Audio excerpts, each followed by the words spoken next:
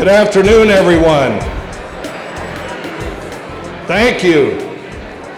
Welcome to the State of Greater Springfield, presented by the Commercial Real Estate Network of the Capital Area Realtors. I'm Steve Myers, and this year I am chair of the Commercial Real Estate Network. The Commercial Real Estate Network is proud to have been the sponsor of this event for the past 2 decades. So thanks to the Chamber and all of our partners. If you aren't familiar with Commercial Real Estate Network, it's a group of realtors who assist clients in the acquisition or sale or leasing of commercial real estate. It's fitting that CREN sponsors this event every year because the job creation ripple effect by these transactions, when you move your business, you buy a new piece of property, or you develop property, has a great effect on our community. Most of us frequent local workplaces and businesses where a company has either leased or purchased a property that fit their needs. Each one of those transactions, when they occur, utilize bankers, title companies, our partners in the law, and others, including our trades and labor partners that improve those properties for our use. As business needs change, the community impact continues. CREN would not be possible if it were not for the foresight and the forethought of our fellow realtors some 25 years ago. Glenn Garrison is here with us today. We pay homage to him and others that were part of that first group of about 10 of us that decided we should have a separate entity as part of the Capital Area Realtors that focuses specifically on commercial real estate.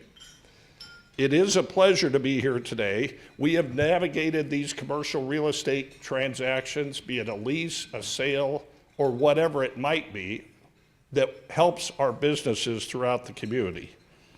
Relocating your business or acquiring a property or building is a complex thing that most people only do once or twice during their career, sometimes every 5 years, 10 years. So we thank you for entrusting us CREN members with that process.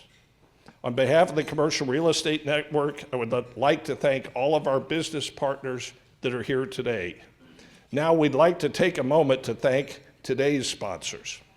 Premier sponsors are Comcast, E.L. Pruitt, the Springfield Urban League, thank you, HDR, Brown Hay and Stevens, and U.S. Bank. We'd also like to thank Memorial Health and Troxel for their sponsorships, and to all of our table sponsors that are listed in your program. We'd also like to recognize the many partners that are here today who are elected officials. And those include our keynotes, which is Mayor Misty Buscher and Chairman Andy Van Meter from the Sangamon County Board. And we'd like to thank all the other city, county, and other elected officials that have joined us to hear from our 2 keynote speakers later today. So if you would all please rise, we'd like to do the Pledge of Allegiance.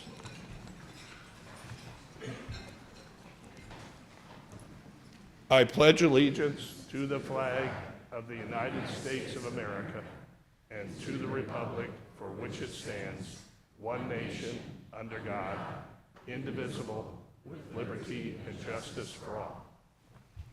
You may be seated. I'd like to now call Pastor Brian Mills from Hope Church to the podium to present our invocation. Pastor Mills. Mayor Buscher, Chairman Murphy, Chairman Van Meter, thank you for hosting this event and for the ways you guys relate with each other, laugh with each other, challenge each other, and model for us what we're after. I would like to ask you all to stand, if you don't mind, for this prayer. And I'm going to take advantage of the moment and ask you to do one other thing. If you feel comfortable, to put your hands out and open. The prayer will make that make sense. If you don't feel comfortable, that's also fine. Lord, with open hands, today we pause to release what should have been and could have been, to release what we aim for and exchange for, and to stand in this moment as we are, where we are, and with each other. In this moment, we notice great opportunities and great risks. We notice the levers of power within our reach, and yet we also notice our hunger for a sense of shared purpose to mitigate our self-preserving insecurities. And we ask you to lead us with discernment that is wise, with courage that is bold, and with fellow servants who are steadfast in our hope together. In Jesus' name, amen.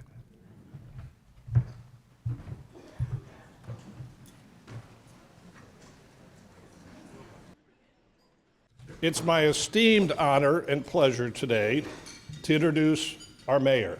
Misty Busher was elected mayor of Springfield on April 4th, 2023, and she was sworn into office a month later on May 5th of 2023.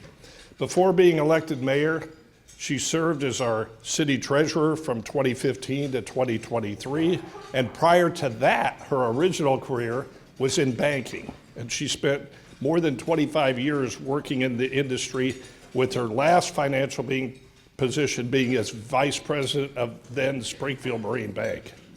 Misty is deeply engaged in our community, currently serving on the Municipal Advisory Council to State Comptroller Susana Mendoza, and she's also on the boards of Heartland House Strategy and the Illinois Municipal League.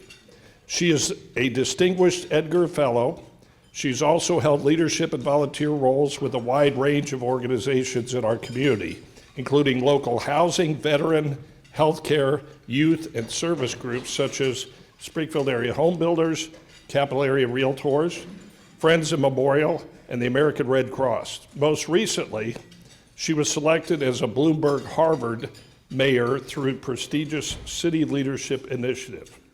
She and her husband, Mike, who's here today, who is a small business owner, lives on the north end of Springfield. They have 2 children, Anthony and his wife, Crystal Busher, and Courtney Busher. They are the proud grandparents of Beckham and Alessandra Busher. Please help me welcome Mayor Misty Busher.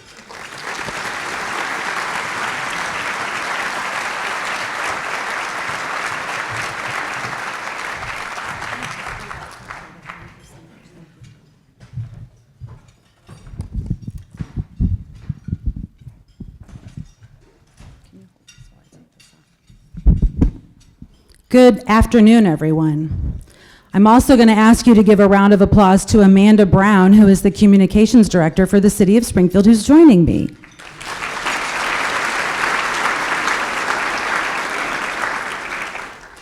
For those of you who know me, there is a PowerPoint that I like to have visualization, and I also would not be the best person handling that and talking to you, so that's why Amanda's up here. Thank you for coming. Thank you for being sold out. It's important to me that you're here.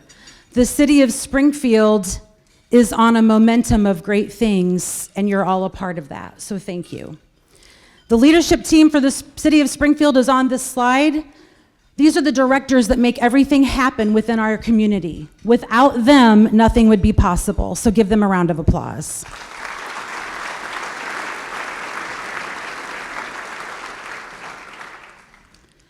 We are promoting, I'm doing some self-promotion here, sorry about that.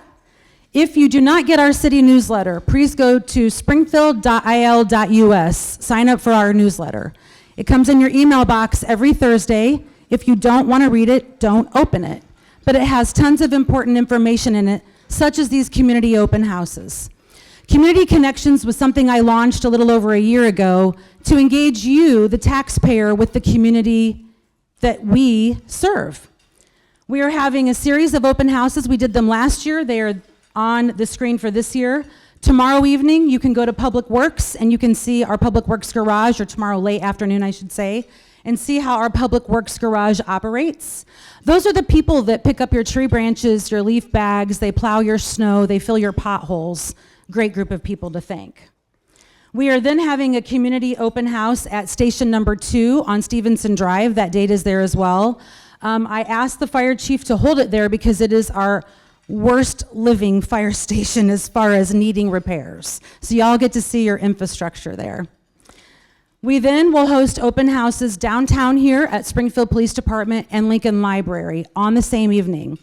You will see more in a little teaser about the Springfield Police Department open house. I encourage you to come. It's going to be very interesting. And then our last open house will be at City Water, Light, and Power at our water filtration facility, which is mind-blowing when you go there and see it. And I also want you to know that you have some of the cleanest drinking water in the state, so let's thank City Water, Light, and Power for that.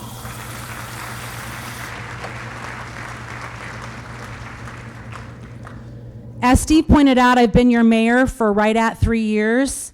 When I ran for office, I promised you public safety, economic development, infrastructure repairs and beautification, and a focus on our unhoused. While I have been focusing on those things, I have made some people mad, and that's okay. Let them be mad. We've done some really amazing things in these areas. One of the things I want you to see on this slide is crime rate is down 7% last year in the city. That's because we've invested in the police department. Want to ask you to say thank you for a minute. We have Chief Joe Beal in the room. We have Assistant Chief Ryan Leach. I saw him somewhere. We have Deputy Chief Grant Barksdale here. We have Fire Chief Nick Zumo and Assistant Fire Chief Julie Plunk here. Please give them all a round of applause.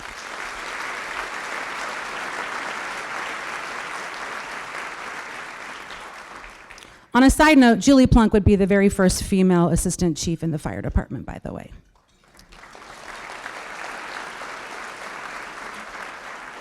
Some statistics about the police department, and there are a couple of things on here that really stand out to me. There are only 365 days in the year, yet last year your police department had 108,488 calls for service. They're a very busy department and we need them. One of the other things I want you to see on this is that they recovered 431 illegal guns off the street. There's only 365 days a year. Every day they took at least one illegal gun off the street. That's extremely important. Our Springfield Police Department invests in training. Our officers get 50 hours of training, what you and I would call maybe continuing education. They call it in-service training. They get 50 hours of training every year. We are a very well-trained department, and we have recently, and the sheriff is here, Paula Crouch, where are you? I saw you, Sheriff, out of the corner of my eye. We recently entered into an intergovernmental agreement, and we are training the Sangamon County Sheriff's Department with RCE as well. So thank you, Sheriff Crouch, for the partnership. Our violent crime rates in 2025 are down 16%, and our property crime rates are down 15%. That's huge. That's why we invest in public safety. This is the teaser for our open house at Springfield Police. Under the Bush administration, you now own and operate as taxpayers a real-time information center. It's the closest thing I could get you to CSI. I'm going to give you a little story about what happens here. This is a real-time information center inside the police department that looks for and helps solve crime. We had a 911 call on the corner of South Grand and Dirksen Parkway, where the county market is. There's a small blue building in the corner of the lot, and there was a fire there, a structure fire. 911 call came in for structure fire. The individual working in the real-time information center fired up the cameras instantly. Saw an individual where the fire was happening run away from the building and go stand in the median on Dirksen Parkway with a sign to panhandle for money. Springfield Fire gets to the call and says on the radio, "We don't need police, we got this under control, we can handle this fire, the police do not need to come." The person in the real-time information center got on the radio and said, "No, Springfield Police, go." The police department went and arrested the individual that was panhandling in the roadway who started the fire as an arsonist. This is what the Real-Time Information Center does for you. It helps you solve crime in the community. I encourage you to come see it. Speaking of the police department, they host a Springfield Police Citizens Academy every year. If you want to see what goes on at the police department, sign up. The dates have already been set. August 5th through September 30th will be the classes, and they are from 6 to 9 p.m., and you will experience things there that you've never experienced in your life, I promise you. It's very cool. Now we're moving on to Springfield Fire. I want to congratulate Chief Zumo because he is working very hard. We just had our case study to maintain us as a Class 1 fire department. So thank you, Chief Zumo, for that, which saves on your homeowner's insurance rates, in case you want to know what that does for you. But some of the statistics on this slide, it shows you that the Springfield Fire Department last year had 27,600 calls for service, 16,500 EMS responses. All of our firefighters are EMTs. They're all certified to help you with a medical need. One of the best statistics on here, though, is the cardiac arrest statistic on the slide. When we go for a 911 call as Springfield Fire because someone's in cardiac arrest and they need help, these people that need help, 33% of them survive. The national average for that call is 12% survival rate. That is what your trained firefighters are doing for you.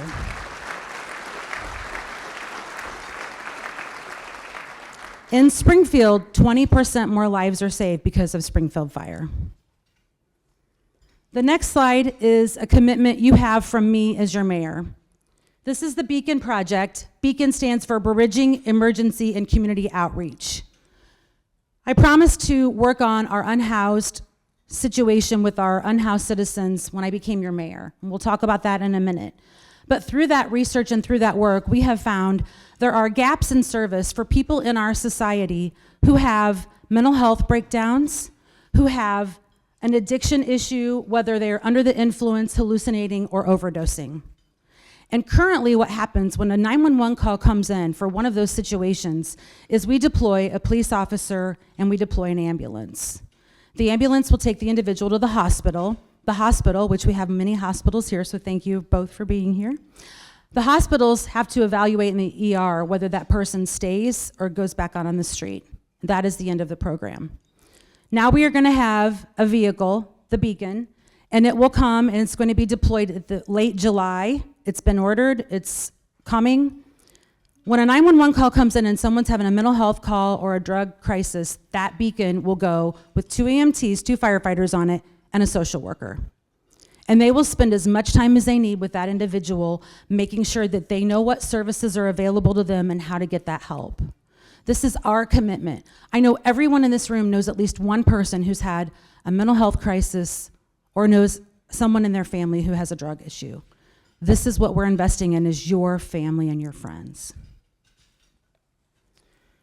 Building Springfield. I don't know if you noticed last year, but we had a record number of streets being fixed. I was in the grocery store last summer grabbing a few things, and a man came up to me, which oftentimes people when I'm in the community will talk, and he said, "Mayor, can I tell you one thing?" I said, "Sure, what is that?" And he said, "I know you campaigned on fixing the streets, but must you fix them all at once?" We're investing in your infrastructure. It's huge what we're doing, and I couldn't be prouder of it. When we were fixing the streets in the downtown area, people were putting all over social media, "How dare you fix the streets?" Well, you know what? Not everybody likes it when you try to do something good, but we're still going to do good things, whether they like it or not. We have also, in economic development, had a few big milestones. That would be, we have the Amazon warehouse employing 100 people. How many of you have noticed you get your Amazon packages quicker now? For sure. We have Real International, which is a crane manufacturing plant in Springfield, on the west side of Springfield, manufacturing crane parts. We have new manufacturing going on in Springfield. We have new activity that you'll see soon on the Dirksen Parkway corridor on North Dirksen. And then you all have been hearing about the BOS Center expansion. It is a project that I advocate for. It's a $200 million project in our community, in our downtown. People do not like how our downtown looks. This will help our downtown. I'm not going to harp on it. The chairman's going to talk about that later.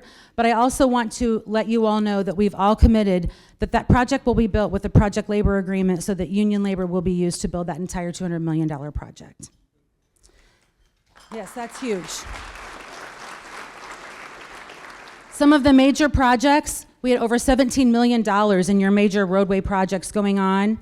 Sewers, when I took office as the mayor, we had an EPA, a federal EPA mandate for the Northeast sewers. We are now ahead because I'm I'm sorry that we had to do this, but I had to increase your sewer rates to fix that problem. It had not been addressed, the federal EPA mandate. We are ahead of time on fixing those, and we have fixed over 20,000 feet of north end sewers and 480 laterals. So we are ahead of time on that federal mandate. We will not get a fine. So that is huge. Thank you, Public Works. Speaking of Public Works, when I ran for office, I was told it's too difficult to do business in the city of Springfield. Somewhere I saw Phil Martin walk in. I know he's here. I don't know what other engineers are here today, but I did see Phil walk in. They said it was difficult to do business with the city of Springfield. When you had a project or a plan, or you wanted to remodel a building, you had to bring in your rolled up set of plans, drop them off at City Hall, and then they would be on this person's desk for a few days, then this person's desk, then this person's desk. That program is dead. We now have online plan submission. Your plans go in immediately through your architect, through your engineer, on the online portal, and everyone in the city gets them at the same time and analyzes them so that we can get your projects shovel ready faster. That's important.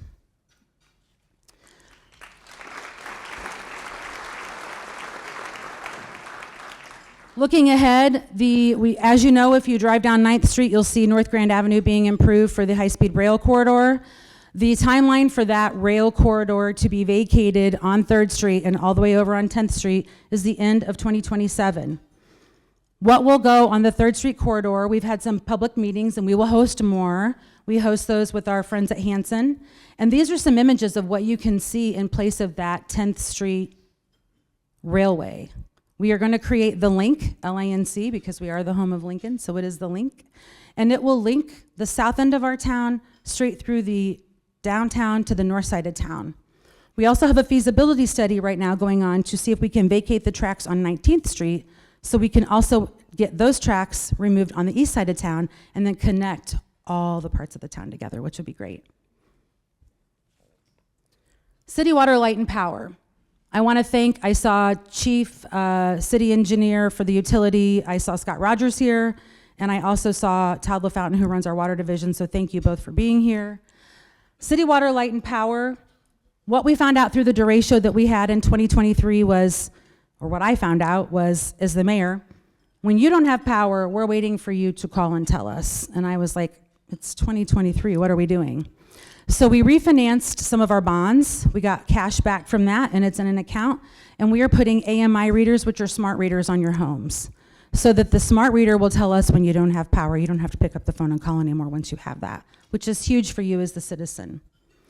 We also have invested, we had a water rate increase because lead service line replacement is a requirement by state and now federal law.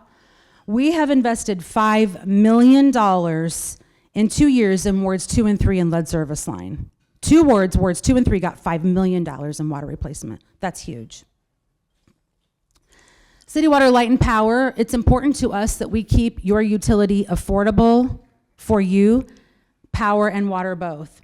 Your water bill in Springfield is at least $50 less per month than any of our counterparts across the state. Your electric bill is also about $50 cheaper a month. Owning our own public utility and water facility plant is very important to your bottom dollar. Those are things we do not want to lose, and as your mayor, you have my commitment to keep that focus. Convention and Visitors Bureau. Scott Dahl is here with a huge team from SCVB. Shout out to all of you. Thank you for what you do. I want you to know that for this year, they have 70,000 hotel rooms booked because of the 100-year anniversary of Route 66 is a big part of that. The Shields Sports Park is a huge part of that. So just thank you to SCVB for that. The next slide is a few of their events they wanted to promote today. The Old Fashioned Ice Cream Social in the top right. How many of you have heard of that in the room? Not many, so I'm going to promote that for a minute. On Monday, May 25th, from 1 to 4 at Edwards Place, you can go to the Old Fashioned Ice Cream Social. You can have an old fashioned or ice cream or both. It's a family-friendly event. To get your tickets, you will go to springfieldart.org and you can buy your tickets for the Old Fashioned Ice Cream Social. What a fun event that the Art Association is putting on for us, so thank you to them. There's also the Centennial Route 66 5K on June 6th. It's a one-time race because of the 100 year of the Mother Road, and you will actually get to run, or if you're like me, maybe walk, on the dirt track at the fairgrounds. That's part of the 5K is the dirt track, which is super cool. I'm told it's hard, packed down dirt. You're not gonna be like walking in sand, or running in sand. So you can register for that. And then the city is hosting, in conjunction with the chamber as a partner, fireworks in downtown Springfield on July 4th. So we welcome you to come down for that as well. Our Office of Community Relations Director Posey is here. I saw him out of the corner of my eye somewhere. He's here as well. There he is in the corner. I want to thank him for all he and his team do. Director Posey created the Minority Business Institute, the first one ever this year. They just graduated, and everyone who attended that Business Institute was thankful and grateful for that. So thank you, Director Posey. I also want to shout out his team. When I became the mayor, Director Posey's office had one person, Shannon, who did community outreach to our unhoused citizens, that went and identified those who were unhoused, tried to build a rapport with them, and then put them into an HMIS system to try to help them get the assistance they need to get off the street. We now have 3. Under the Bush administration, we have increased that number. We have 3 full-time people that work for you, the citizens, that go out and look for folks who need housing, who need help, and work with them. We do that in partnership with Heartland Housed. Josh Sabo from Heartland Housed is nothing but a miracle worker. He is here today, and I would ask you to please give him a round of applause.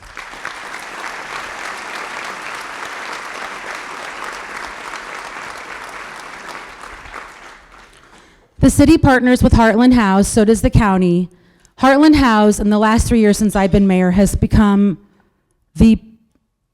for the state and almost the nation, just like the poster child for how to deal with homelessness. Josh, I can't tell you how much I appreciate you for this. In 2025, Heartland House made sure that 380 people got housing that never had housing. That is a big number for us, big.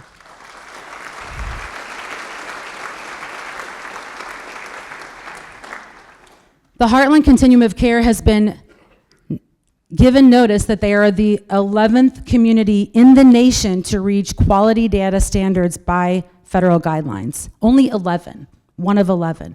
I'm telling you, you don't know what a gift we have with Josh and his leadership and his team.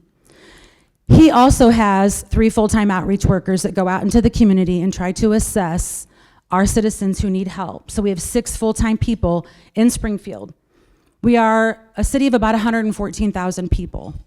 Let me compare that to Durham, North Carolina, who's 3 times our size but has 51 staffers. This is an area we needed to invest in. Do not question your investment dollars going to this cause. The Office of Planning and Economic Development Office helps those with grants.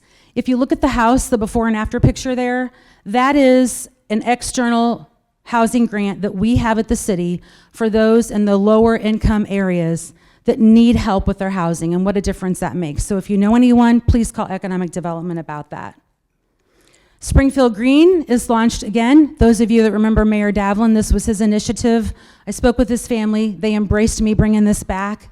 So Springfield Green is back. We want you to clean before you green. The litter in our community needs attention. Businesses that want to partner with the mayor's office for the litter pickup, please call 789-2200. Myself or one of my staff members will come see you. You will get the proud support of Springfield Green, and all we're asking you to do is just clean up litter around your business. That's all we want you to do. The bus benches are being launched now.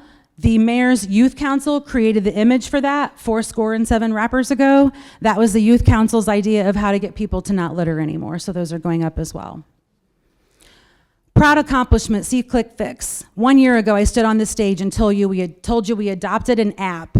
It's only 1 year old for all the problems in the community, whether it's your neighbor needs their garbage picked up, whether there's a hole in the sidewalk, whether there's a branch down across the sidewalk. In 1 year's time in See, Click, Fix, 41% of all the complaints from the community came through traditional channels, phone, email, come into City Hall. 59% came through See, Click, Fix. That's huge. Thank you for using the app. Thank you for reporting. And we've given you a little snapshot of the wards and who's been reporting issues in their areas. Lincoln Library they want you to know that they have their library mobile unit. If you have space, an area, a subdivision, a non-for-profit that would like the mobile library to appear, please call 217-753-4900 and they will get you on the list and come out. Mayor's Youth Council. I encourage you, if you know a student or you have a student who lives in Springfield, doesn't matter where they go to school, as long as they live in Springfield, they could be homeschooled, we want them to be part of the Mayor's Youth Council. Investing in our youth and investing in our younger generation is really important to me. The Mayor's Youth Council learns about philanthropy. You can see images here where they've done philanthropy. They held a mental health fair for teens, which was huge and a big deal, and we're going to continue that. And then you'll see Springfield Fire with one of our Mayor's Youth Council members. This year, I had all of the Youth Council members shadow a city department. They got to pick their department, and they spent a half day or a day learning what it was like to work at the city of Springfield, because we want our youth to work in our community. Human resources, back to our youth. One of the other proud accomplishments is summer interns. When I became the mayor, I said, we need to invest in our youth, get them to stay in our community. We need paid internships at the city of Springfield for these people coming back from college that we want to see working here. Last year, we had 9 summer interns for college students. Now we have 14.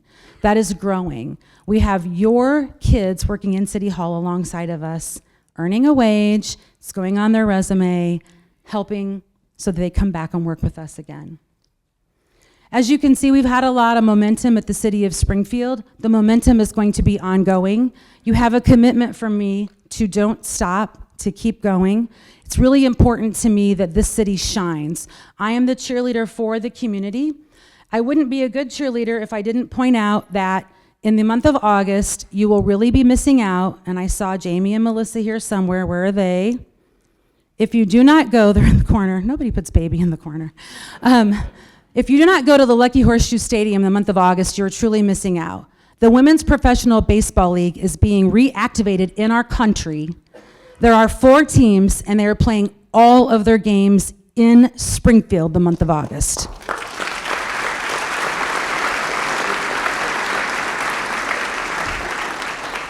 Thank you, Jamie and Melissa, for getting Springfield on the map, because there's going to be news coming here for that have never been in our community, focusing on the Women's Professional Baseball League. I cannot thank you enough for that.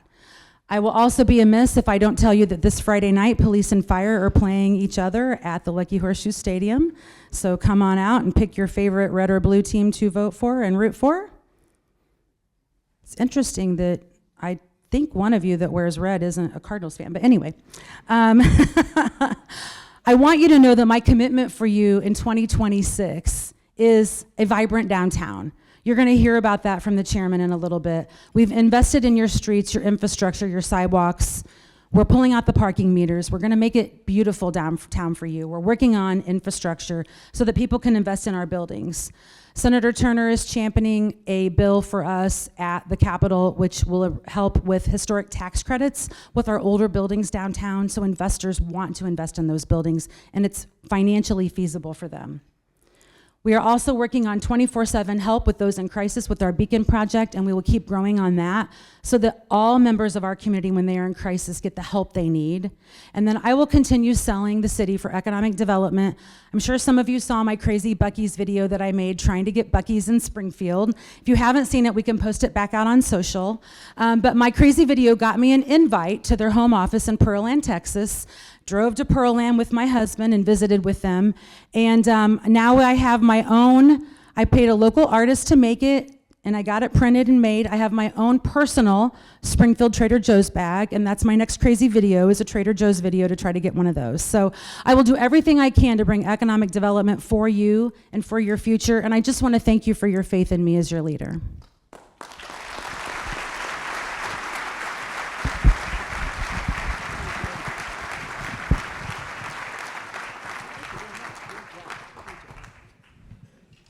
Great job, Mayor. I really appreciate it. It's my pleasure now to introduce our next speaker, Chairman Andy Van Meter. Andy has been on the county board since 1994, and everyone knows he missed the meeting in 2000, and he was informed when he arrived late that he was the chairman of the county board. And he has remained in that position ever since. As county board chairman, he oversees the county board meetings and also 30 committees that he makes appointments to, and he's also serves on all standing committees. Andy has another job, believe it or not, that he actually finds time to do. He is the owner of Design Ideas, which is an international company. I know that because I've talked to him when he's been in Asia many times. And so with that, Andy, please come up. Oh, I forgot one other thing. He's an Eagle Scout.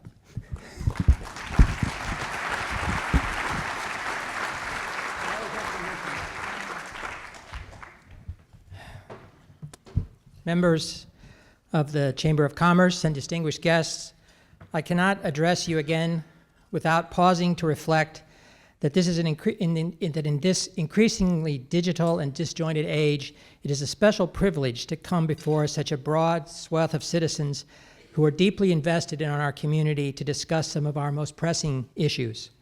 Some of you may recall that when we last met, I shared with you this slide. Yep. And the profound concern that this community is losing its young people. I suspect that these headlines, are related to this issue. I had planned to expound on this theme with you today, but life has a way of interrupting plans. I hope you'll allow me to return to this important issue at some future time.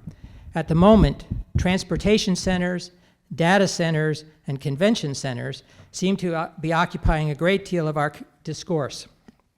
So my talk today will center on centers. But before I turn to those subjects, an important update.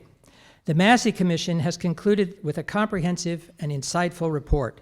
To my mind, its single greatest achievement was to transform the inchoate rage and frustration engendered by this tragedy into a positive, thoughtful, actionable agenda for change.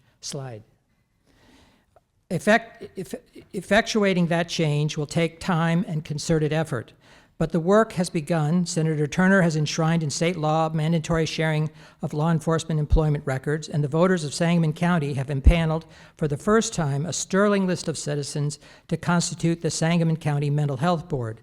This board will be able to provide substantial and consistent funding to ensure timely access to care for the 40% of our residents who've reported experience with mental health issues. The Springfield Sangamon County Transportation Center, or for short, the HUB, proceeds on budget and on time for completion in the fall of next year. This facility promises to be much more than a place of welcome and departure for for those traveling by train.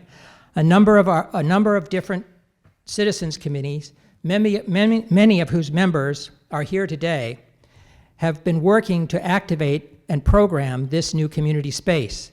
Thanks to their energy and imagination, this facility will house a year-round community gathering space, a performance space, a celebration of the community's best athletes,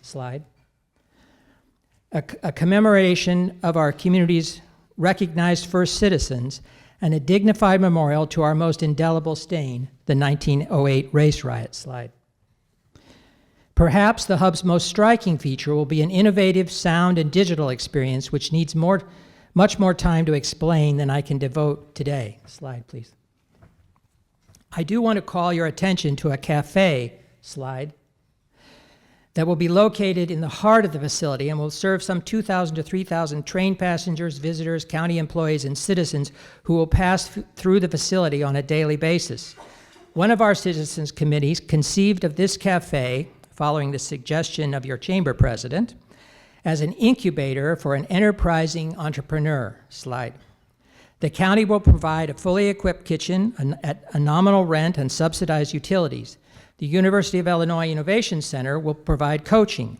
We're hoping to attract an entrepreneur who can develop his or her restaurant formula, build a following, and accrue financial capital over 2 or 3 years, and then move out into the community so that another entrepreneur can repeat the cycle. If there's any such entrepreneur in the audience today, The application deadline is July 30th, and the first public information session is tomorrow at the Innovation Center. Let me turn from transportation centers to data centers. Last year, the Growth Alliance introduced the opportunity to build a large data center adjacent to the solar farm in southwest Sangamon County that is the largest solar farm east of the Mississippi. But the story starts earlier than that. 3 years ago, the county was approached by several citizens who were concerned about plans to build a pipeline to transfer carbon dioxide gas, CO2 if you remember your high school chemistry, from ethanol plants in Iowa to natural storage areas deep in the Earth's crust in Christian County. The county had only a tangential role in zoning of a few related above-ground maintenance stations, but we agreed to hold hearings and to meet with the developers of the project. The hearings raised significant safety concerns with the operation of the CO2 pipelines. When we confronted the project developer with these safety concerns, their answer seemed to be to ignore the questions and to offer significant payments to the county in lieu of taxes. Since we could not obtain answers to our citizens' safety concerns, the county joined in a petition before the Illinois Commerce Commission opposing the proposal. I recount this story as predicate because it demonstrates a land use issue about which members of the community raised significant safety concerns. County government listened, and when we could not adduce satisfactory answers to the public's questions, county government acted to oppose the proposed land use. Compare that record to your county government's record on data centers. Last year, about this time, after observing that the development of data centers begin to move into downstate counties like Champaign and Peoria, Sangamon County held public meetings, reviewed a staff proposal, amended the initial proposal, and ultimately, over a 3-month process, unanimously approved zoning regulations for data centers if they wish to locate within our jurisdiction. Our professional staff reasoned, by analogy, that data centers were comparable to grain elevators, although built lower to the ground, and were a reasonable land use in a rural area. In November of last year, a data center developer, Cyrus One, sought a zoning permit for 280 acres of land in rural Sangamon County, 1.5 miles from the nearest inhabited home. Almost immediately, the cry went up. The fix is in. Sangamon County adopted rules in secret. The rush was on to slam approval through the county board before any public could comment. Contrast these fevered accusations with the facts. Over the next 6 months, county government held 16 public hearings at which the issue was discussed and the public was invited to comment and ask questions. The public did ask many sensible questions, and the county's professional staff did their best to provide answers. Let me quickly review some of the major concerns and the facts adduced. Concern: data centers are dangerous for the health and safety. Health and safety are fundamental zoning issues. Any new land use could potentially be dangerous. Humans are disposed to be cautious about anything new. The incautious among our ancestors did not survive. But data centers are not new. We have been living with data centers for decades. Slide. One more slide, please. This is a picture of Memorial Hospital's data center on West Jefferson that has been operating for decades within 200 yards of multiple subdivisions. Slide, please. And this is a photo of one of the state of Illinois' data centers on Adams Street within 3 blocks of Springfield High School and the state capitol, which has been in operation for some 40 years. Of course, the proposed data center is much larger, but the proposed data center is 1.5 miles from the nearest inhabited home, and data centers of this size have operated in much closer proximity to homes and workplaces for many years. Many of you will be aware of the problems the developer, Cyrus One, had with one of its data centers in Aurora, Illinois. What you probably don't know is that the two data center buildings in this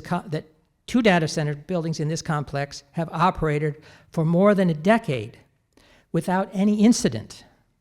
Only a third, more recently constructed facility, located 200 feet from the nearest home, has been subject to noise complaints from the neighbors.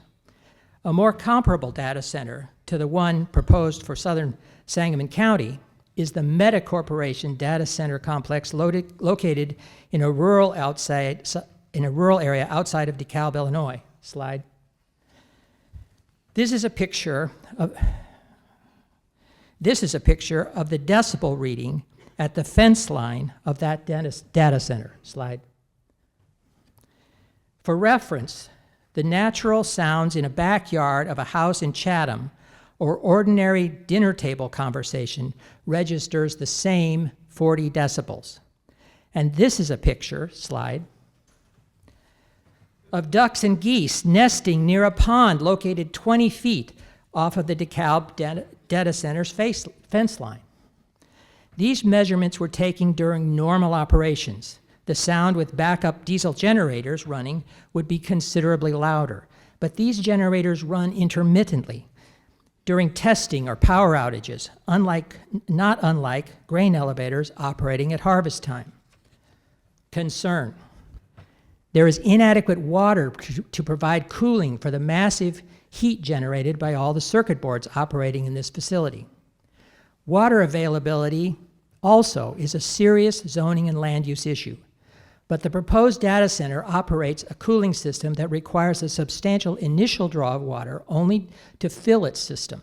On a daily basis, it will have a water demand similar to an additional 15 new homes.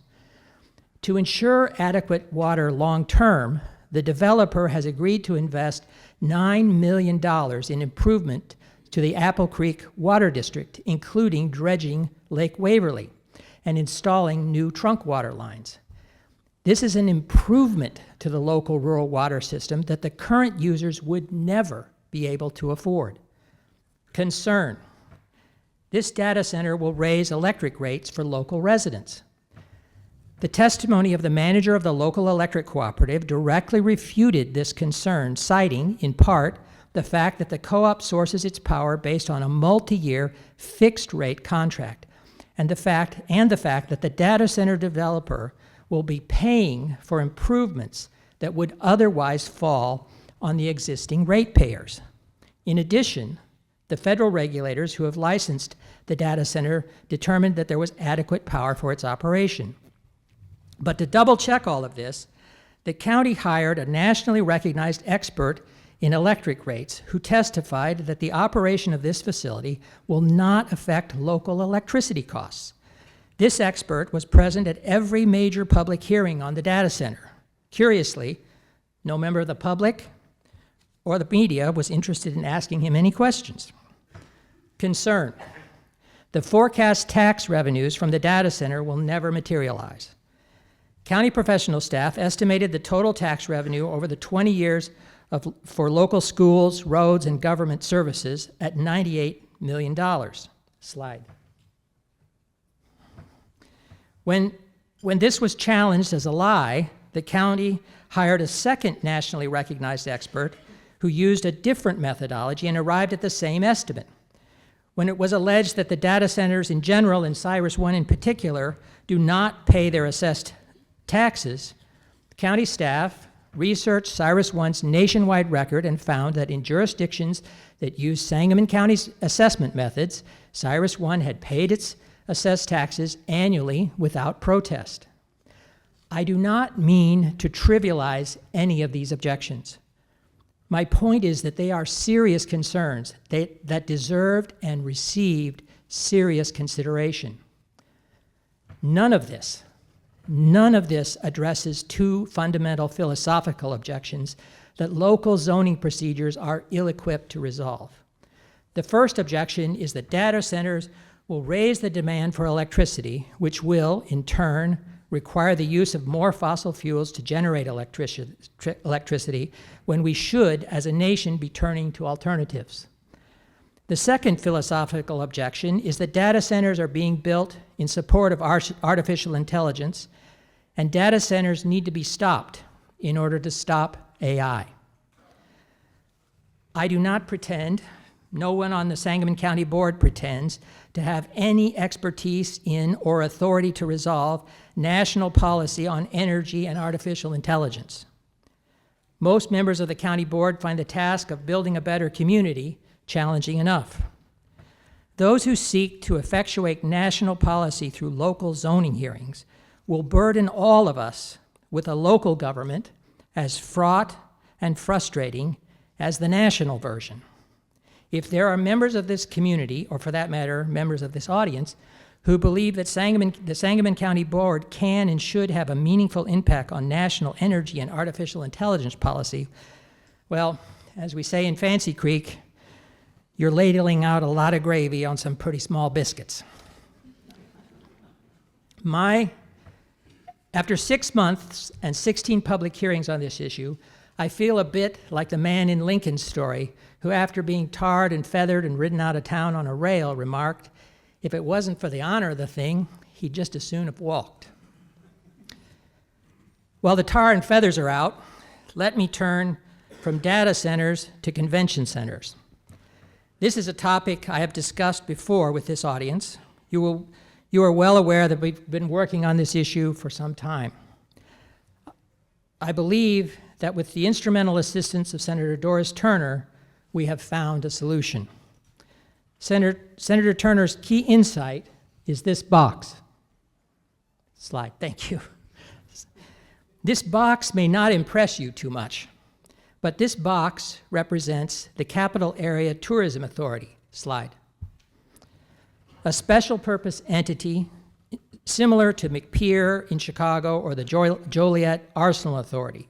This box is critical because it will have the authority to issue bonds at government rates, but at the same time protect local taxpayers from any claim by the bondholders who will finance the new hotel and convention center.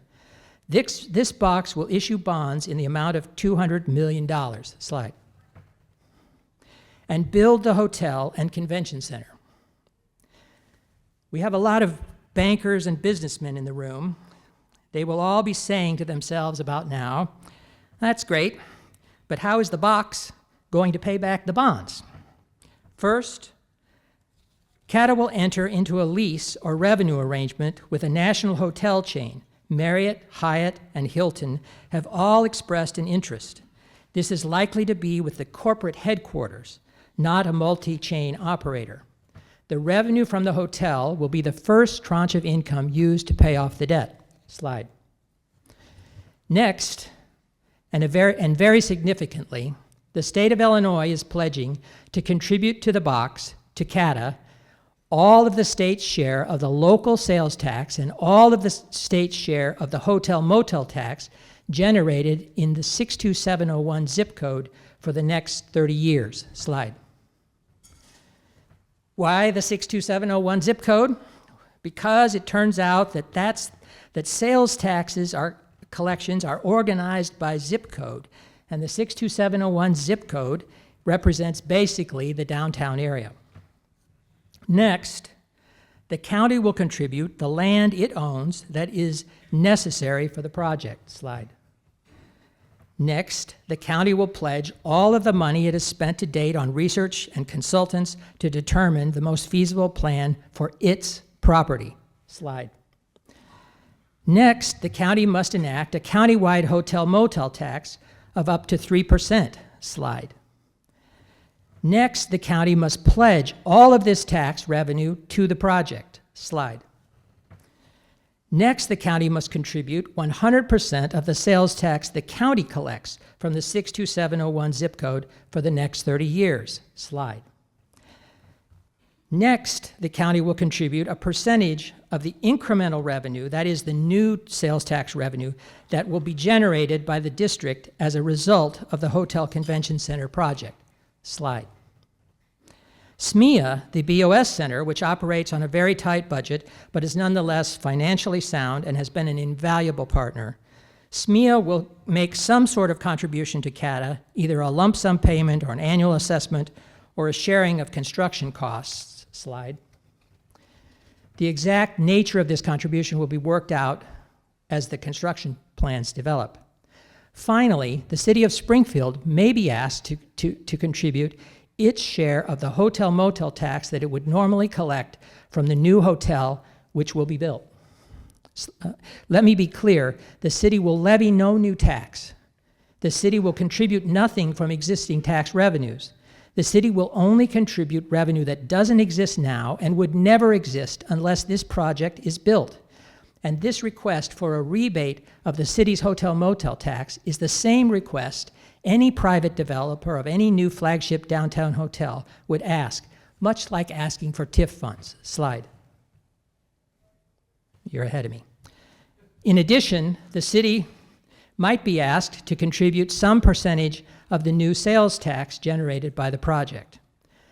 Our projections show that the sum of these identified revenue streams, some from operations, some from government sources, will adequately defease $200 million of bonds in any reasonably anticipated interest rate environment. In working out this plan, it seemed obvious that since the project is going on the county's property, the county has paid for the studies to date, the county must enact a countywide hotel-motel tax, the county must contribute 100% of that tax to the project, the county must also contribute all of its current sales tax from the district to the project, and a percentage of the new sales tax revenue. It seemed obvious that the county should have a leadership role in this project. Nothing, let me be clear, nothing in this plan alters the city of Springfield's authority over the development of this property that it would have over any property development, public or private, anywhere in the city. This proposed project does nothing to solve the problem of the Wyndham. Sadly, I personally do not see any resolution for that once proud icon until it is in the hands of a responsible owner. We must focus on what we can get done on property that is readily available with a cooperative owner. Let me stress this key point. This project will be done without imposing or raising any tax on local taxpayers. And to make sure of that point, Senator Turner has provided that CATA has no authority to raise taxes. Slide. As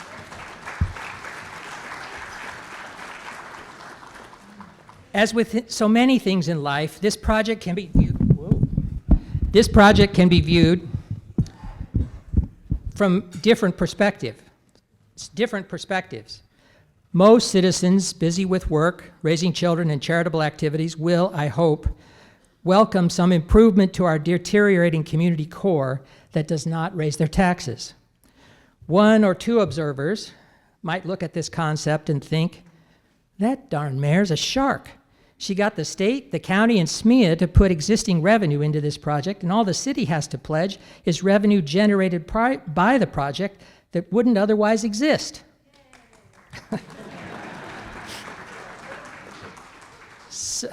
Some reflective individuals will ask, every major hotel in downtown Springfield has failed.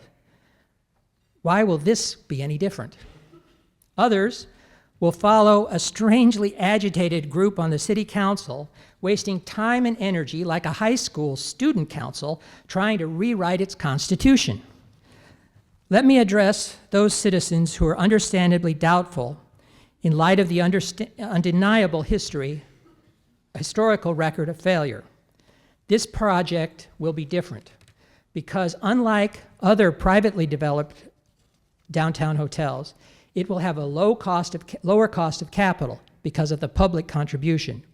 It will have a lower operating cost because of the direct management by a corporate flag, and because it will not be subject to the 7-year cash out typical of privately owned hotels. This structure has worked in some 24 communities of our size that have realized a flagship hotel brings important ancillary benefits to our community. Most importantly, this concept will succeed, as Representative Coffey has repeatedly reminded us, if and only if we embrace as a community the burdens as well as the benefits of being a truly convention-friendly community. As for the arguments advanced by some city council members, a former city council member, even a former mayor, that if you own property in the city of Springfield and are planning an improvement, not only must you abide by all city rules and regulations, but the city council needs to be in charge of your project. Well, I feel a little like a homeowner planning to build a new deck or garage on my property. I'm grateful for the neighbors' offer to supervise, but I'd really rather retain the major say on the project. At the county, I promise you, we have truly learned the lesson. Every transformative project in this community, whether it was something from our past, like removing the state capitol from Vandalia, establishing the Lincoln Home National Park, or founding the Abraham Lincoln Library and Museum, or something from our present, like moving the trains to 10th Street, developing the Heartland House system for supporting the homeless, empowering the SSG to expand commerce in our community, or building a Field of Dreams at Shields Park. At the county, we have learned that every transformative project requires a community-wide partnership and a spirit of goodwill and cooperation. This is our superpower. We can still come together in this community in a way larger communities cannot. Watching the community's reaction are the state legislators who Senator Turner and Representative Coffey report have been experiencing the deterioration of the state capitals downtown with increasing alarm. And of course, there is the governor. Governor Pritzker is not a member of my party. I do not agree with many of his policies. So ironically, I think I have some special credibility in saying that Governor and Mrs. Pritzker are sincerely interested in doing something for the heart of our state capital and their adopted home.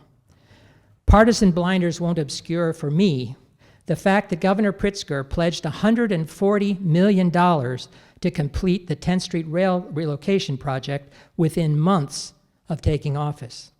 And since that time, for 7 long years, he has said with patience and persistence, I want to help. If you can get together on a plan that the community can support. Unfortunately, all the governor and the legislature have heard for the past 3 weeks is, well, maybe, but let's rewrite the Constitution. Slide. I submit to you that a county facing demographics like this, slide, does not have the luxury of quibbling over the number of seats around the boardroom table. We have all heard the expression, do not look a gift horse in the mouth. Well, apparently some in Springfield want to give the horse a slap for good measure. Concluding slide. The voices of negativity are always loud and self-assured because they never have the burden of producing a result. For the media, it's always easier to report an accusation than to research the facts that refute it. We can cower at the onslaught of those who always know what won't work, or we can take well-considered action. We're at a crossroads. So let me ask you, fellow citizens, who have a deep investment in this community, you earn your livelihoods and raise your children here. You serve on our charitable boards and volunteer for every community endeavor. Let me ask you to express today, right now, to the governor and the legislature in a way that they can hear all the way to 2nd Street how this community really feels about this joint venture to expand the convention center and build a new flagship hotel as one step in a never-ending endeavor to renew our community. Thank you.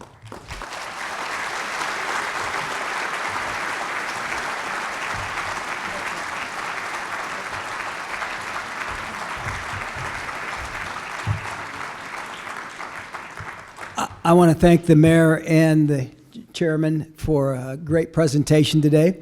I did have a couple questions for him, but they literally answered those questions during their presentations. I do want to say at this time, though, this event starting 4 years ago has challenged the chamber. This is the first year Chairman Van Meter has not called me out to do something more, and I appreciate that. But I want to give a report. Last year, after this meeting, he said we need to do more in regards to the last slide that he had up there on retaining our youth. Doris Turner and him put together a program, and I'm proud to say we're about a month into our first workforce development program. We have a workforce director. She's going to be reaching out to many of you to make sure she can assist you in your needs to have a strong workforce. And we also want to make sure every high school and college student in the community understands the opportunities they have in Springfield. They do not have to leave Springfield to achieve their dreams. And I got to thank Chairman Van Meter for giving us the opportunity to do that. Thank you very much.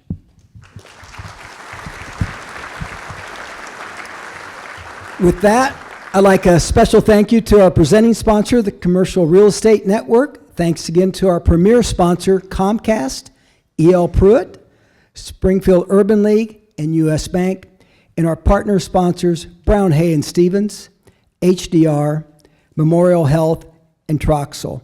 And check out all of our table sponsors that are listed in your program. Thanks again. I really appreciate everyone coming out, and I see you next year, if not before. Thank you.